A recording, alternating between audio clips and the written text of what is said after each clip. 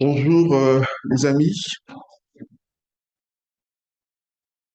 je vous invite à lire avec moi dans le psaume 32, un psaume de David, psaume 32,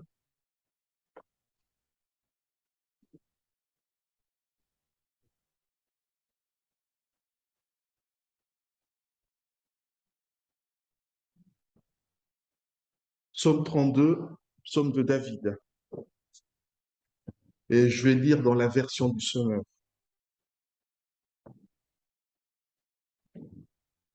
Heureux l'homme dont la faute est effacée et le péché pardonné.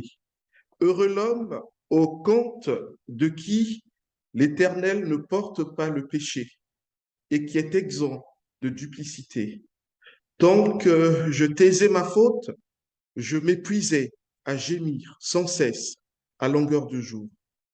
Sur moi, le jour et la nuit, ta main s'appesantissaient. Ma vigueur m'abandonnait comme l'herbe se dessèche lors des ardeurs de l'été.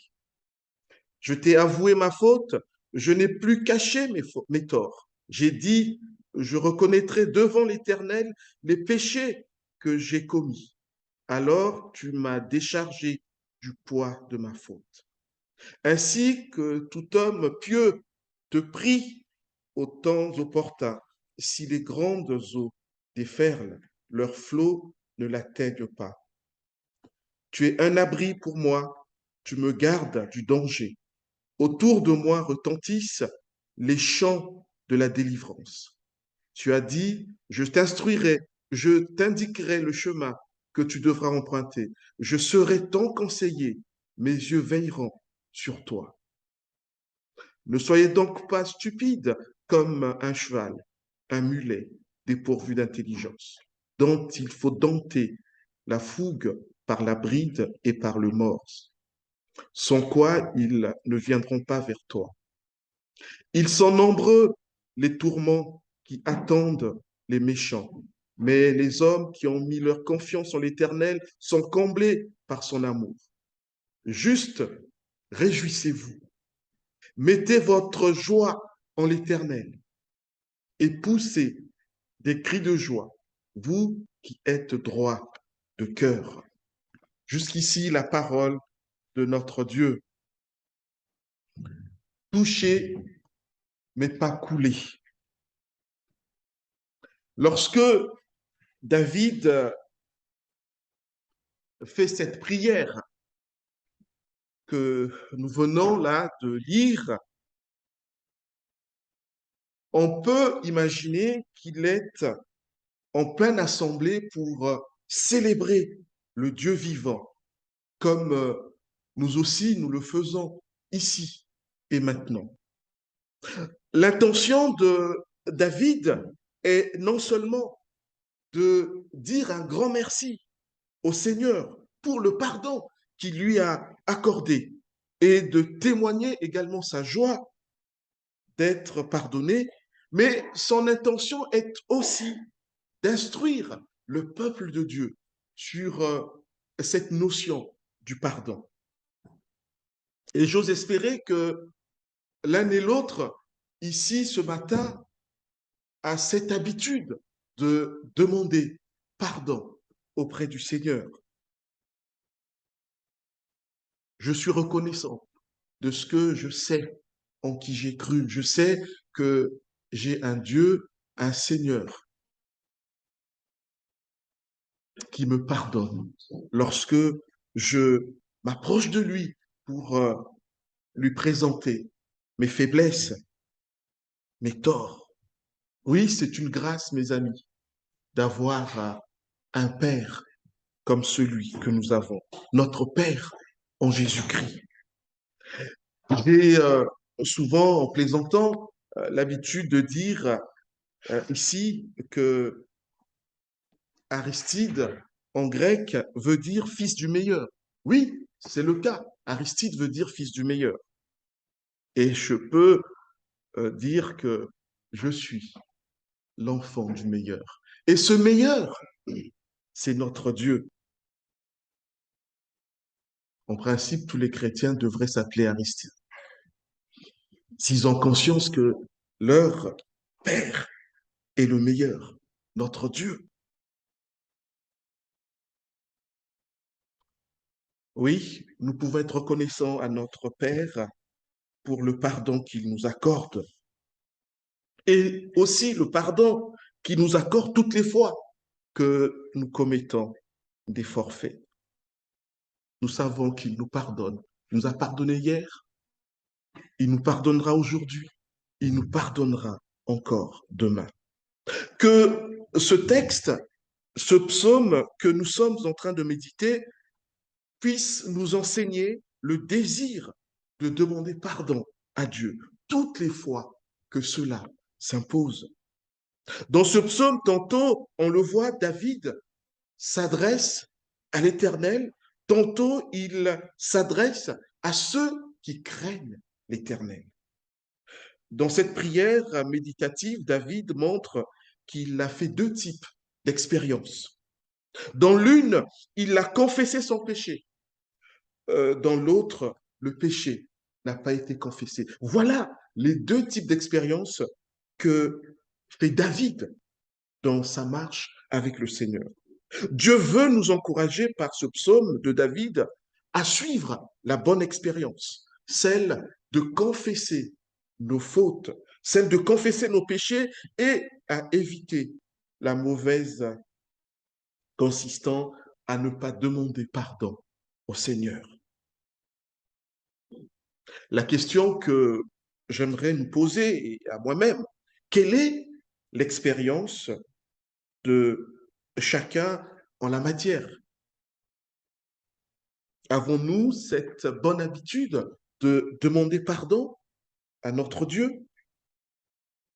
Ou sommes-nous dans l'accumulation de péchés sans être présentés à notre Seigneur?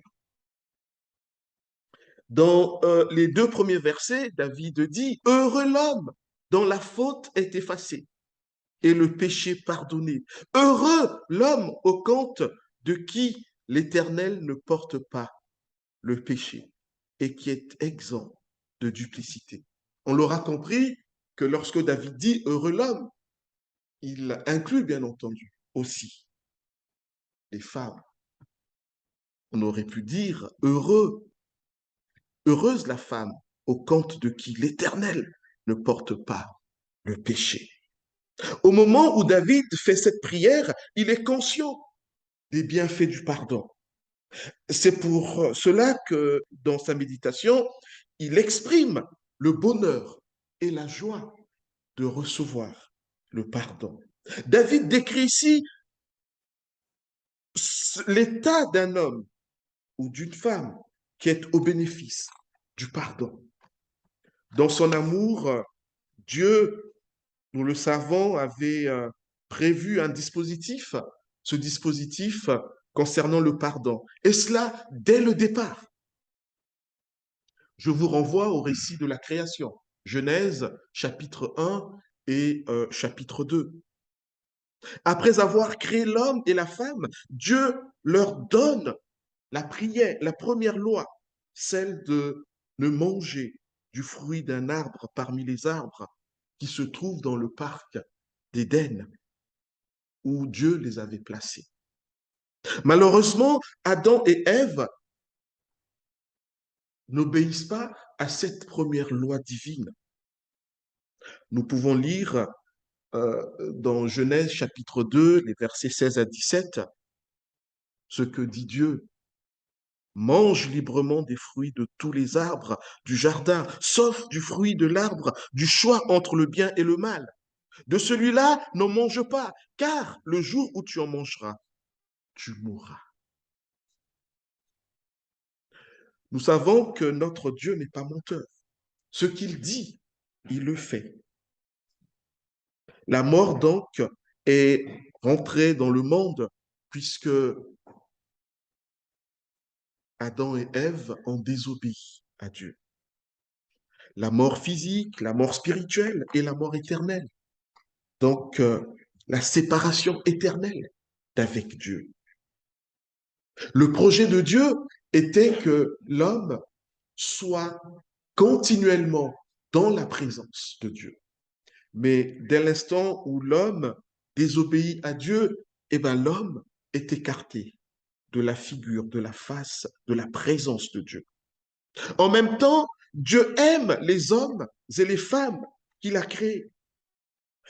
Comme Dieu devait tenir parole sur la sanction en cas de désobéissance et en même temps témoigner son amour, Dieu a jugé bon qu'il se donna lui-même la mort au travers de son Fils, Jésus-Christ, afin d'accorder le pardon à tout être humain qui placerait sa confiance dans le sacrifice de Jésus et ainsi éviter la mort éternelle. Oui, depuis ce péché, la mort, elle est là.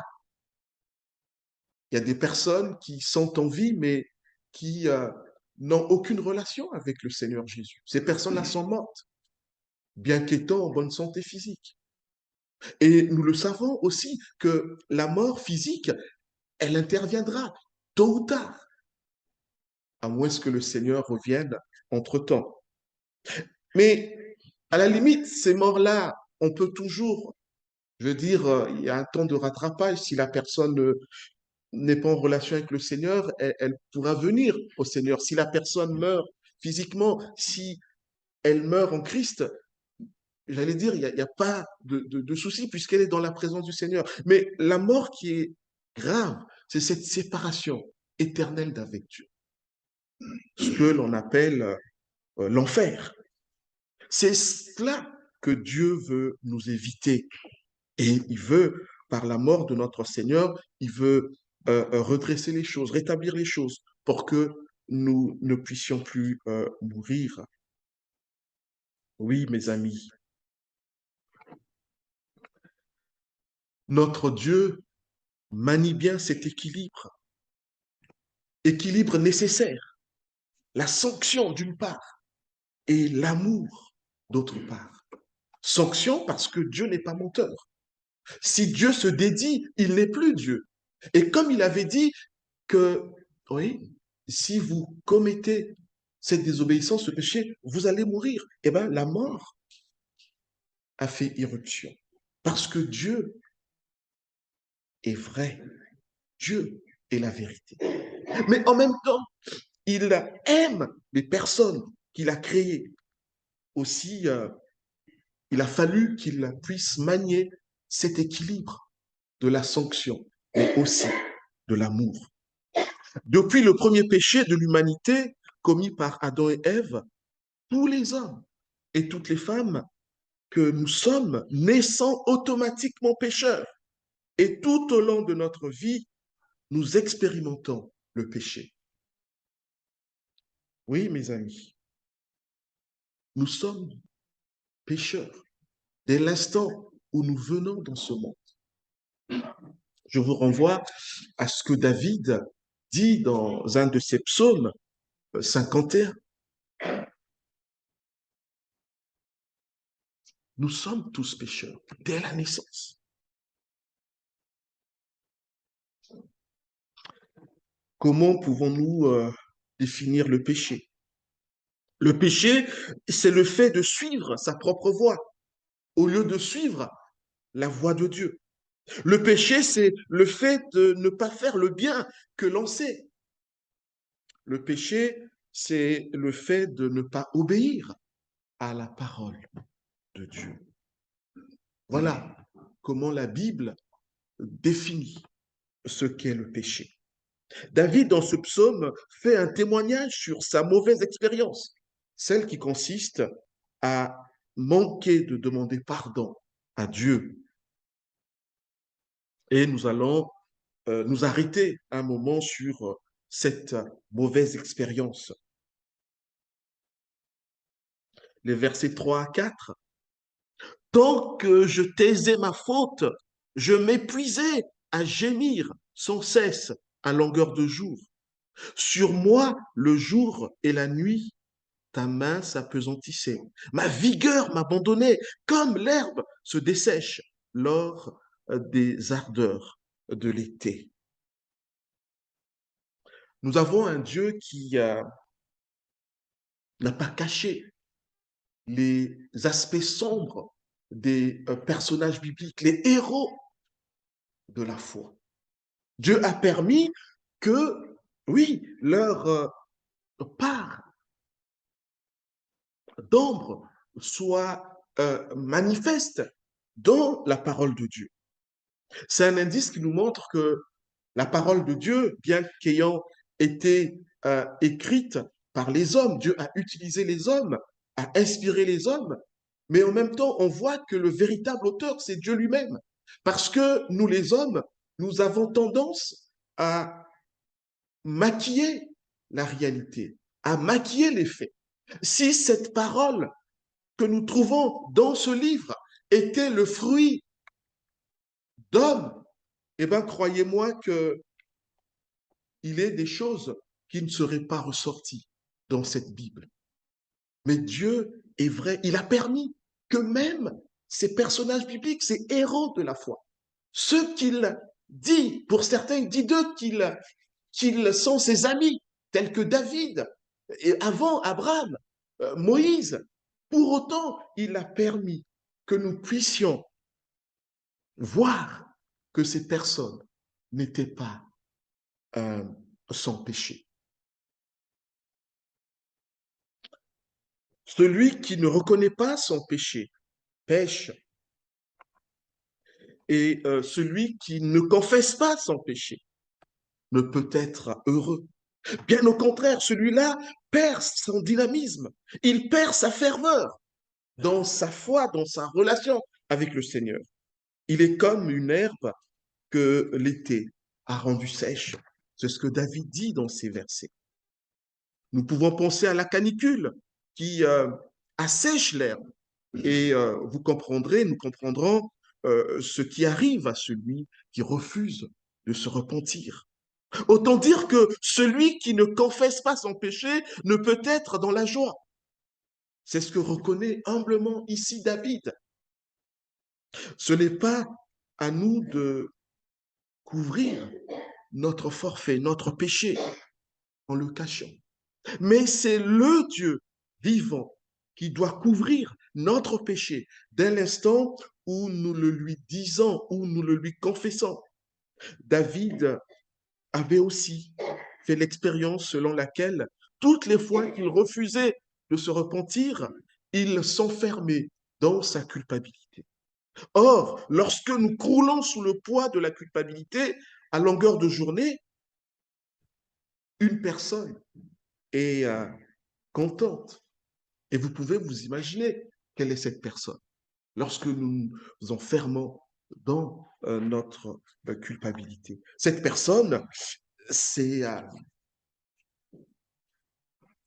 Catherine, excuse-moi. C'est qui cette personne?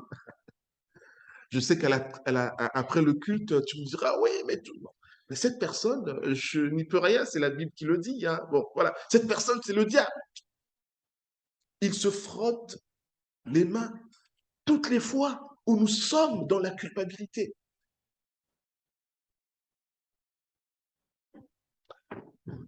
Il n'est pas de la volonté de Dieu que nous croulions sous le poids de la culpabilité. J'en veux pour preuve le discours de l'apôtre Jean dont je vous lis un extrait, 1 Jean chapitre 1 verset 6 à 10, chapitre 2, 1 à 2. Voici le message que nous avons entendu de Jésus-Christ et que nous vous annonçons. Dieu est lumière et il n'y a aucune trace de ténèbres en lui. Si nous prétendons être en communion avec lui tout en vivant dans les ténèbres, nous sommes des menteurs et nous n'agissons pas comme la vérité l'exige. Mais si nous vivons dans la lumière, tout comme Dieu lui-même est dans la lumière, alors nous sommes en communion les uns avec les autres, et parce que Jésus, son Fils, a versé son sang, nous sommes purifiés de tout péché. Si nous prétendons n'être coupables d'aucun péché, nous sommes dans l'illusion et la vérité n'habite pas en nous. Si nous reconnaissons nos péchés, Dieu est fidèle et juste et par conséquent, il nous pardonnera nos péchés et nous purifiera de tout le mal que nous avons commis. Si nous prétendons ne pas être pécheurs, nous faisons de Dieu un menteur et sa parole n'est pas en nous. Mes chers enfants, dit Jean, je vous écris ceci afin que vous ne péchiez pas. Si toutefois il arrivait à quelqu'un de commettre un péché, nous avons un défenseur auprès du Père, Jésus-Christ, le juste. Car il a apaisé la colère de Dieu contre nous en s'offrant pour nos péchés et pas seulement pour les nôtres, mais aussi pour ceux du monde entier. Nous voyons là que Dieu ne veut pas que nous puissions nous enfermer dans la culpabilité. Dieu ne veut pas. Son Fils a fait le nécessaire. Quelles sont les conséquences lorsque nous sommes dans la culpabilité? Les conséquences de vivre dans la culpabilité, on le voit, tant que David refusait de reconnaître son péché, eh ben, sa relation avec le Seigneur était brisée. Il avait le sentiment que ses os se consumaient. C'est dire que ne pas admettre son péché, reconnaître sa faute, a aussi bien des conséquences sur le plan spirituel que sur le plan somatique, c'est-à-dire sur le plan physique, le plan du corps, sur oui, notre physique. Parfois, mais pas toujours, certaines maladies sont la conséquence d'un refus de reconnaître son péché. Alors, qu'on soit d'accord, hein, c'est pas une doctrine selon laquelle dès que quelqu'un pêche, ça veut dire qu'il a péché. Non, c'est pas ce que je suis en train de dire. Je suis pas en train de dire ça. Mais force est de constater qu'il peut arriver aussi que notre mal, notre souffrance soit due à cause de notre péché. Ne pas confesser son péché est une maladie physique, mais aussi spirituelle. Une telle maladie a parfois des effets néfastes sur notre corps. Ne croyons pas que lorsque nous refusons de confesser notre péché, le temps finira par tout arranger.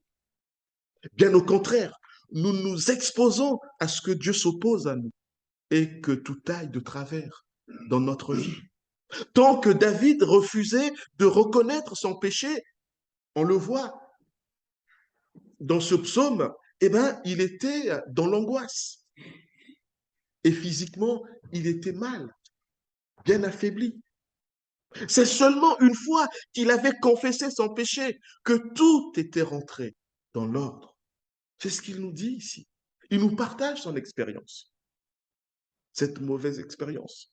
Mais heureusement qu'il est passé aussi par la bonne expérience, celle de demander pardon à Dieu suite à son péché. Verset 5. Je t'ai avoué ma faute, je n'ai plus caché mes torts. J'ai dit, je reconnaîtrai devant l'Éternel les péchés que j'ai commis. Alors tu m'as déchargé du poids de ma faute. Autrement, tu m'as enlevé cette culpabilité qui m'habitait, qui m'écrasait. Dès l'instant où nous reconnaissons notre faute devant Dieu, il nous pardonne.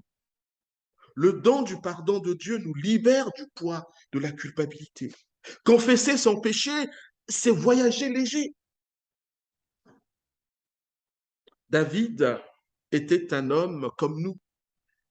Il avait bien compris qu'il lui valait mieux avouer ses transgressions à Dieu que de ne pas le faire.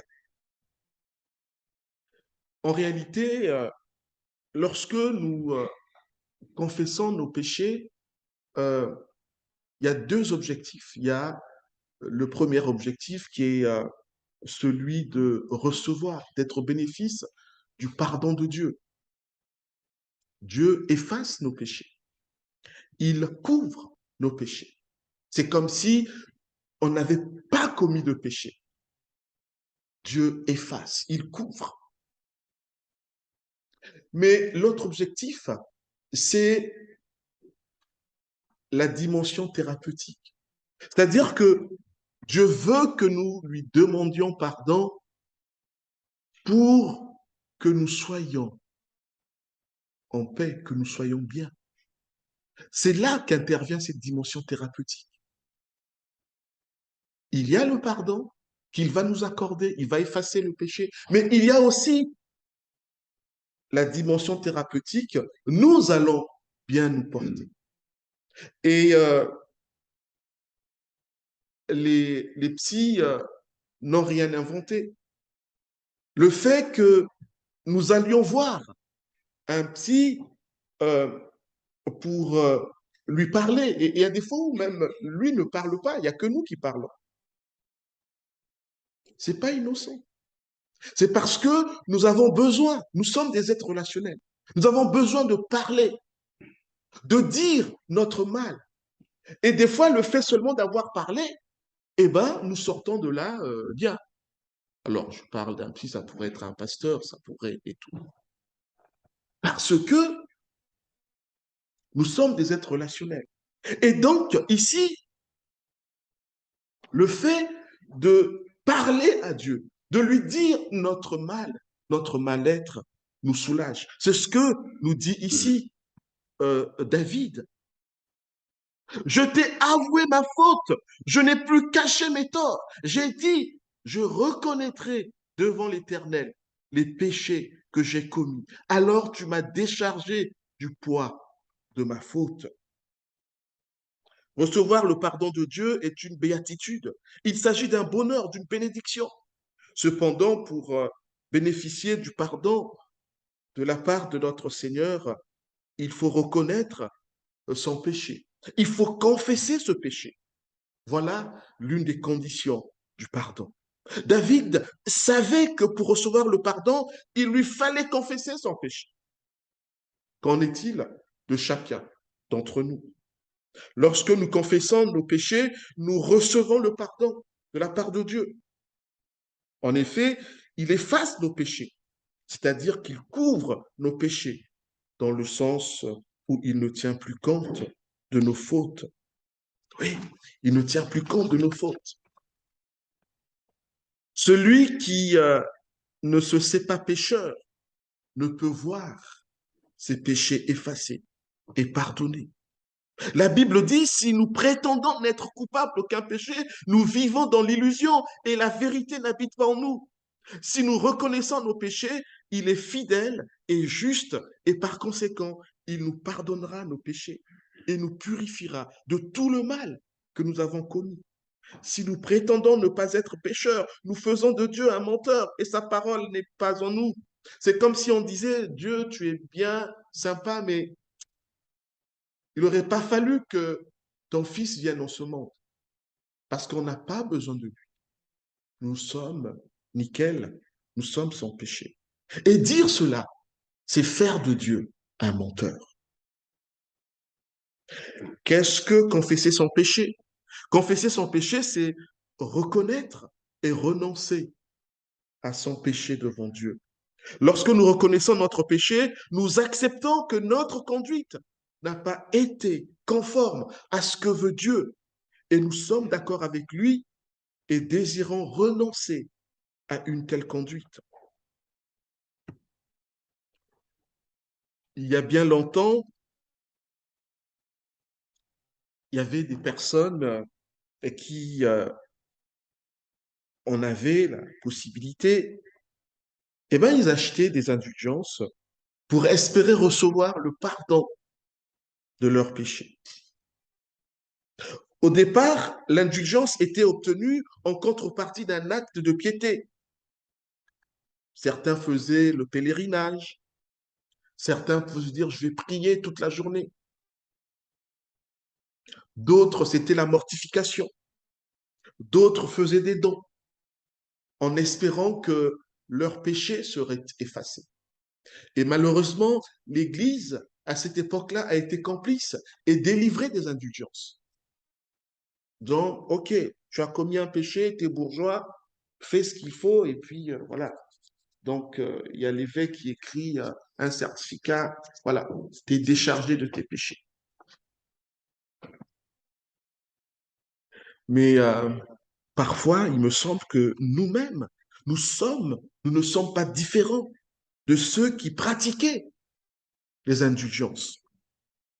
Il arrive que certains chrétiens, après avoir commis un péché, pensent que pour compenser ou effacer leurs péchés, il leur suffit d'acheter ou de corrompre Dieu en donnant de l'argent à l'Église, en aidant les pauvres, en faisant un service pour l'Église. Alors, qu'on soit d'accord, tout ceci n'est pas mauvais. Mais quelle en est la motivation? Si la motivation, c'est pour acheter Dieu, si la motivation, c'est pour corrompre Dieu, tout ça est nul. L'apôtre Paul dit, si quelqu'un accomplit un travail, on lui compte son salaire, non pas comme si on lui faisait une faveur, mais d'après ce qui lui est dû. Et si quelqu'un n'accomplit pas d'œuvre, mais place sa confiance en Dieu qui déclare juste les pécheurs, Dieu le déclare juste en portant sa foi à son crédit. David exprime aussi de la même manière le bonheur de l'homme que Dieu déclare juste sans qu'il ait produit d'œuvre pour le mériter. Heureux ceux dont les fautes ont été pardonnées et dont les péchés ont été effacés. Heureux l'homme au compte de qui le Seigneur ne porte pas de péché. Et ici, c'est pas le pardon de ces péchés n'est pas la conséquence d'un travail qu'on aurait fait. Le pardon n'est pas un salaire. C'est une générosité de la part de notre Dieu. C'est une gratuité.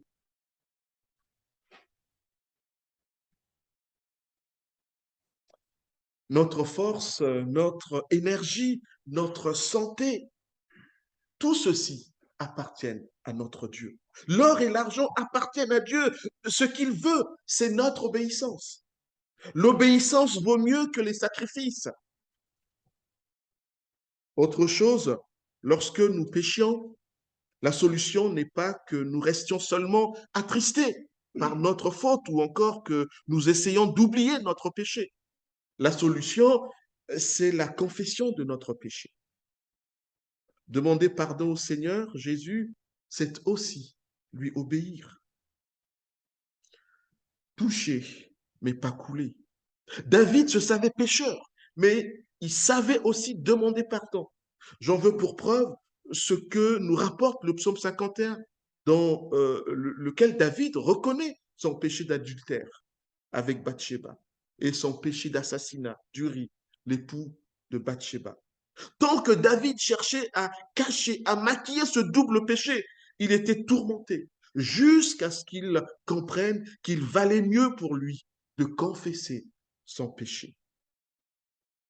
Notre transgression sera effacée et pardonnée si et seulement si nous demandons pardon à Dieu, comme l'apôtre Jean l'enseigne. Attention, cependant, il ne s'agit pas de demander pardon du bout des lèvres. C'est lorsque notre repentance vient du fond du cœur que notre repentance est acceptée par le Seigneur. Notre Dieu regarde au cœur et non aux apparences. La demande de pardon doit être sincère, sans ruse. Voilà, relever encore une autre condition du pardon. Confesser son péché, oui, mais encore, il faudrait que cette confession soit sincère.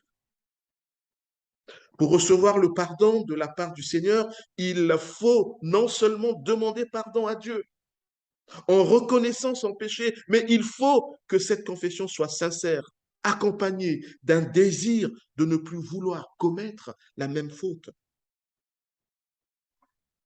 Ne soyons pas comme ces personnes qui sont très portées dans la religiosité et toutes les fois qu'elles euh, s'apprêtent à commettre un péché, ils pensent déjà à ce qu'ils vont, le pardon qu'ils iront demander, la confession, ils iront voir le prêtre.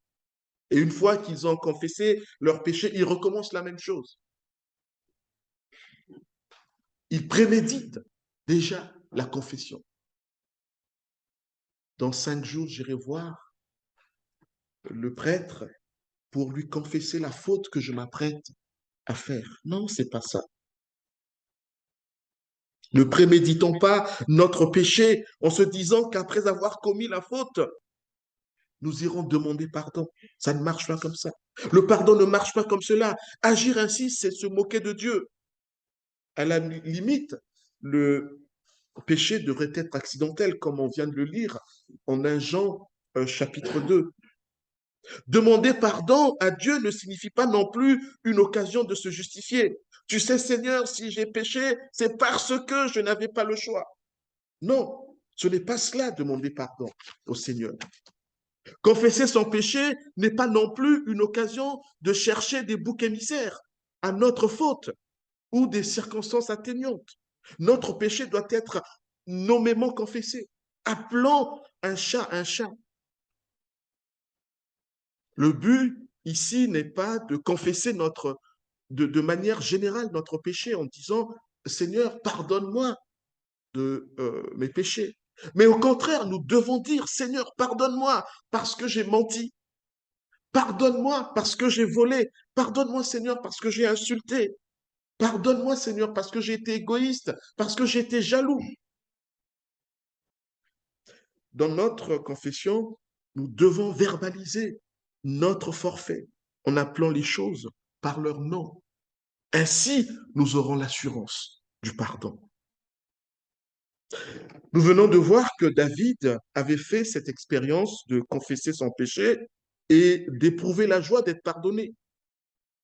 C'est fort de sa bonne expérience, celle de confesser son péché, que David invite les croyants que nous sommes à faire autant. Versets 6 à 7. Ainsi que tout homme pieux te prie au temps opportun. Si les grandes eaux déferlent, leurs flots ne l'atteignent pas. Tu es un abri pour moi. Tu me gardes du danger. Autour de moi retentissent les chants de la délivrance. Oui, fort de ce constat que vient de décrire David dans sa prière, il prie l'Éternel afin que tout croyant s'en remette à lui dans la prière. Peut-être quelque part pour goûter au plaisir de la générosité de Dieu dans sa disposition à pardonner celui qui confesse son péché. Pour ce qui le concerne, David ne va pas se priver de cette générosité de Dieu que Dieu lui accorde. Le secours et la délivrance viennent de Dieu. Le Seigneur Jésus est le refuge de tout chrétien qui lui confesse son péché. Jésus est le repos de tout pécheur qui demande grâce. Ainsi, le chrétien est peut-être touché du fait de son péché, mais pas coulé, car pardonné. Il faut savoir que dans l'Ancienne Alliance, et notamment après la traversée du désert, Dieu demandera qu'il y ait 6 villes de refuge où pourrait s'y réfugier tout coupable afin de fuir la vengeance. Je vous renvoie à Nombre chapitre 35. Ici, j'ai l'impression que c'est Christ qui est notre refuge lorsque nous péchons. Il est notre refuge contre les accusations des hommes, contre les accusations de l'ennemi, le diable.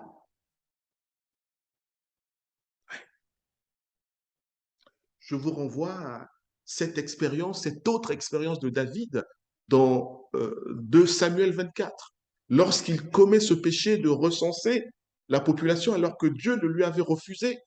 Mais il recense la population parce que, avant d'aller en guerre, il comptait sur le nombre de sa population et il fait malgré tout le recensement et Dieu lui dit, bah, écoute, tu seras puni. Je te propose de choisir toi-même sur ces 3 possibilités de sanctions. Choisis-en une. Je crois qu'il y avait la peste, la famine, et puis la défaite, euh, je le dis de mémoire, à la guerre. David dira quelque chose de merveilleux. Alors, au lieu de paraphraser ça, je vais retrouver ce que David dit de beau. 2 Samuel, 2 Samuel 24, hein, si je ne m'abuse. 2 Samuel 24, David, donc je commence au verset 13. Gad se rendit donc chez David et lui communiqua le message. Il lui dit, que veux-tu que je fasse venir contre toi? 7 années de famine dans ton pays, 3 mois de déroute devant ton ennemi qui s'acharneront contre toi, ou 3 jours de peste dans ton pays. Réfléchis donc et décide, puis dis-moi ce que je dois faire à celui qui m'envoie. David répondit à Gad, je suis dans un grand désarroi. Ah, tombons plutôt entre les mains de l'Éternel, car ses compassions sont grandes, mais que je ne tombe pas entre les mains des hommes. Voilà. David préférait être sanctionné par Dieu. Il préférait se réfugier dans l'Éternel. Et notre refuge à nous, lorsque nous péchons, c'est notre Seigneur Jésus-Christ. Sur la base de son expérience, David invite les fidèles à prendre l'habitude de confesser leurs péchés. Alors, lorsque l'on parle de confesser son péché, ça ne veut pas dire que nous devons aller euh, voir forcément le pasteur ou le prêtre et que sais-je. Non, on confesse notre péché dans notre chambre, partout où nous sommes. Nous pouvons directement parler au Seigneur. On n'a pas besoin d'attendre que l'on rencontre un pasteur pour dire notre péché au Seigneur. Nous sommes invités à prendre l'habitude de confesser notre péché lorsque la situation se présente. Évitons de remettre au lendemain la confession que nous pouvons faire aujourd'hui, car le lendemain ne nous appartient pas. Confesser son péché, c'est remettre son péché et le présenter au Seigneur en lui demandant pardon. Et la force aussi de ne plus recommencer cette même faute. Je veux ici interpeller tous ceux qui, depuis des années, ne confessent pas leurs péchés et qui vivent torturés par le poids de ce péché. Quel est ce péché que Jésus ne peut pardonner? Si vos péchés sont comme le cramoisi, ils deviendront blancs comme la neige. S'ils sont rouges comme l'écarlate, ils seront comme la laine. Ésaïe chapitre 1, verset 18. Poursuivons notre méditation, versets 8 à 9. Psaume 32, je reviens au psaume 32. Tu as dit, je t'instruirai, je t'indiquerai le chemin que tu devras emprunter. Je serai ton conseiller. Mes yeux veilleront sur toi.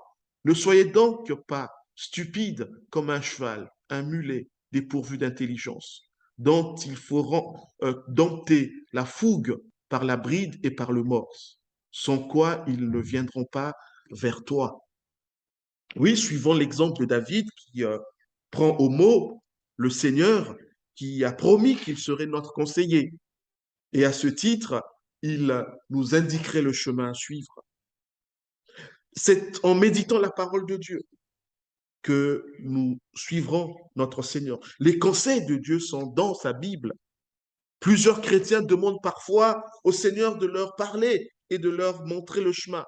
Malheureusement, nous ne faisons pas cas de sa parole, de sa volonté qui se trouve dans la Bible. Comment voulons-nous que Dieu nous parle si nous ne lisons pas la Bible? Comment, quand on est jeune, avoir une vie pure? C'est en se conformant à ta parole. Je veux te plaire de tout mon cœur. Ne permets pas que je dévie de tes commandements. Je garde ta parole tout au fond de mon cœur pour ne pas pécher contre toi. David nous prodigue un conseil. Il nous invite à suivre le chemin indiqué par le Seigneur. Et ce chemin, nous le trouvons en lisant, en méditant, en étudiant la parole de Dieu que nous trouvons dans la Bible. Plus nous étudierons la parole de Dieu, plus le Saint-Esprit nous aidera à suivre ce bon chemin. Jésus dit de lui-même qu'il est le chemin, la vérité et la vie. Ne soyons pas stupides, mais au contraire obéissants à la parole de Dieu. Ne soyons pas comme ces chevaux dont il faut dompter pour avancer. Ne nous opposons pas à notre Seigneur. Soyons malléables. N'attendons pas forcément la correction du Seigneur pour confesser notre péché. Le Seigneur veut que nous le suivions volontairement. Il ne force personne. Si le chrétien lui laisse toute la place à l'Esprit de Dieu, eh bien l'Esprit de Dieu prendra la place et le chrétien sera rempli de l'Esprit parce qu'il accepte de marcher selon le Seigneur.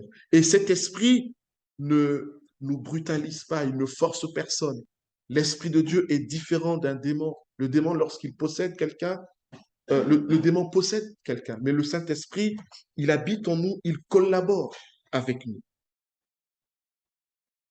Enfin, versets 10 à 11, ils sont nombreux les tourments qui attendent les méchants, mais les hommes qui ont mis leur confiance en l'Éternel sont comblés par son amour. Juste réjouissez-vous, mettez votre joie en l'Éternel et poussez des cris de joie, vous qui êtes droits de cœur. Le méchant n'admet pas son péché. Il peut à la limite éprouver du remords, mais il ne demandera jamais pardon au Seigneur. Les conséquences d'une telle attitude peuvent s'avérer catastrophiques, comme cela a été le cas de Judas Iscariote. David avait compris que le méchant, en vivant loin de Dieu, était malheureux. Ainsi, il veut nous éviter le même sort que le méchant. Pour cela, David veut que nous placions notre confiance dans le Seigneur et nous serons comblés de son amour. Cette confiance en Jésus veut que nous croyons non seulement que Jésus est Dieu et qu'il est notre Seigneur et Sauveur, mais nous devons aussi croire, entre autres, que Jésus nous pardonne lorsque nous lui confessons notre péché. Vivre en suivant Jésus-Christ n'est pas la prison, même s'il est vrai que notre marche avec le Seigneur, oui, on aura aussi des épreuves. Oui, quelles que soient les circonstances, bonnes ou mauvaises, le Seigneur veut que nous soyons joyeux, soyons des porteurs de joie. Et pour cela, il faut que nous puissions honnêtement parler à notre Dieu. Pour terminer, voulons-nous vivre la joie d'être délivrés de la culpabilité? Si tel est notre désir, alors demandons sincèrement pardon à notre Seigneur et Sauveur Jésus-Christ lorsque cela est nécessaire. Combien plus le sang de Christ, qui par un esprit éternel s'est offert lui-même sans tâche à Dieu, purifiera-t-il votre conscience des œuvres mortes, afin que vous serviez le Dieu vivant. À travers cette méditation que nous venons de faire, l'objectif est d'encourager chacun de nous à confesser régulièrement ses péchés. Ce psaume s'adresse à tous ceux qui se savent pécheurs, mais aussi graciés. Le refus d'admettre son péché brise notre relation avec notre Seigneur et cela nous empêche d'expérimenter ses bénédictions. Nous devons rejeter la doctrine selon laquelle toute souffrance serait due forcément à un péché et ou à un péché non confessé.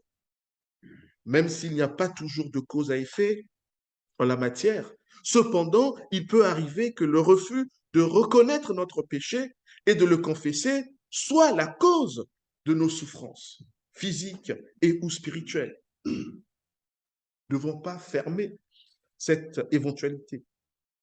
Si dans ta vie, il y a des choses qui ne plaisent pas à Dieu, eh bien, tu as la possibilité librement de les lui présenter.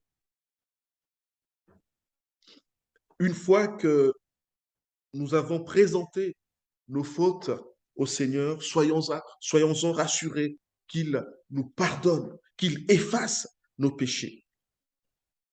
Notre Seigneur n'est pas menteur, il dit la vérité. Si de toute ta vie, tu n'as jamais demandé pardon à Dieu, c'est peut-être aussi le moment de le faire afin que Jésus t'accueille dans sa famille. Oui, parce que dans sa famille, il n'y a que des pécheurs. pardonneux et gracieux. Dans sa famille, il n'y a que des pécheurs qui ont demandé pardon. Par la foi en Jésus, tu feras l'expérience de la joie du pardon. Quel qu'était ton péché, le sang de Jésus-Christ qui a coulé sur la croix à Golgotha est suffisant pour te pardonner et te purifier. Et en parlant du sang, on ne parle pas de la quantité de sang, mais c'est le sacrifice de Jésus qui est suffisant pour te pardonner. Rappelez-vous de l'histoire de Jacques Fesch, racontée il y a 2, 3 semaines. Malgré son péché, ce crime odieux, et malgré la prison et ensuite la condamnation à mort par la guillotine, eh bien, Jacques Fesch a été peut-être touché, mais pas coulé, car il avait demandé pardon à Dieu. Le péché n'enlève en rien l'amour que Dieu nous porte. Oui, mais le péché brise notre communion avec lui. C'est seulement une fois confessé que la communion se rétablit avec Dieu. Comme dans nos relations avec nos enfants. Nos enfants nous désobéissent, mais ce n'est pas pour autant qu'ils cessent d'être nos enfants. Nous continuons de les aimer. Nous sommes attristés de leur désobéissance, mais nous les aimons pour autant. Eh bien, avec le Seigneur, c'est pareil. Dieu pardonnera tous les péchés, sauf un, celui évoqué en 1 Jean chapitre 5, versets 17 à 20. Le seul péché que Dieu ne pardonnera jamais, c'est le péché de ne pas avoir cru en son Fils, notre Seigneur et Sauveur Jésus-Christ. Mais pour le reste, tout Dieu pardonnera. Alors, si aujourd'hui la personne ne reconnaît pas le Seigneur, mais euh, s'il place sa confiance dans le Seigneur, oui, le Seigneur va pardonner, mais quand je dis le seul péché qu'il ne pardonnera pas, c'est a posteriori, c'est lorsque le Seigneur reviendra. Les seuls péchés qui ne seront pas pardonnés, ça sera ça, le fait de ne pas avoir placé sa confiance dans le Seigneur. Mais si quelqu'un dans sa vie a volé, a fait je ne sais quoi, s'il a demandé pardon, il a placé sa confiance dans le Seigneur, oui, il sera pardonné. C'est vraiment a posteriori que je dis cela. Merci à notre Seigneur pour sa parole, pour cette aide qu'il est pour nous dans la confession de nos péchés, dans le pardon. Amen. Je vais inviter